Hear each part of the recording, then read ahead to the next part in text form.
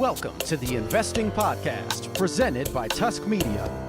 Now, for your early morning look at financial news and activity in audio and video form, here's the Morning Market Mimosa.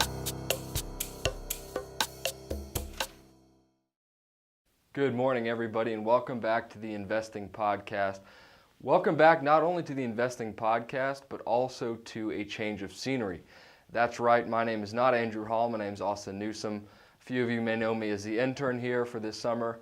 I'm filling in for Andrew, who has been in a meeting all morning, and I don't mean to speculate, but at this point he must be meeting with a world leader.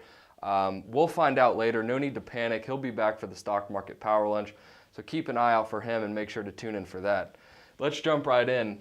The first thing worth talking about is the futures. They struggled for direction before the market opened, with investors striking kind of a cautiously optimistic tone ahead of the job report that was released at 8:30 a.m.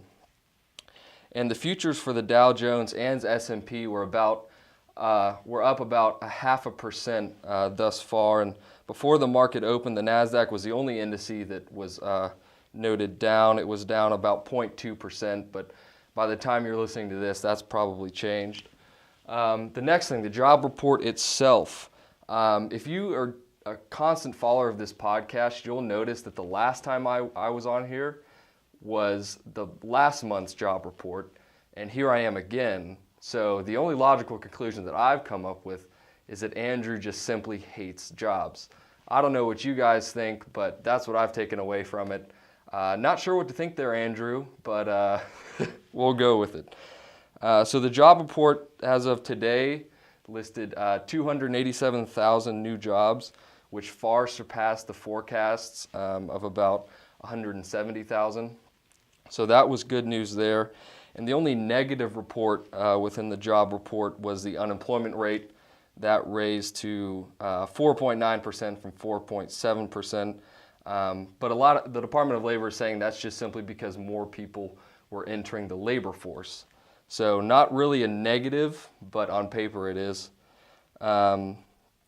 That actually bumped the labor force participation rate up, to 62.7%, which is also an increase as reflected in the unemployment rate. Next thing worth talking about, our Periscope broadcast yesterday. We ran into some issues. We had Wi-Fi and data connection, but Periscope was down for some reason, so we did basically an after show. We reacted to the new Chipotle ad. Definitely worth checking out. Check our Twitter for that link. It's available for 24 hours. You'll be able to see it pretty much until about 4:30 today. The last thing I want to ask, I came across a word today, unlikeliest. If I were to stand here and say, that is the unlikeliest outcome, would you think that's a word? Let me know in the comments. I wrote it out here on the board for you. There it is, unlikeliest, exactly like it sounds. I don't really think it's a word, but make sure to tune in for our Stock Market Power Lunch. Andrew will be here letting you know whether or not, in fact, that is a word, and we'll talk to you guys then, and we look forward to it.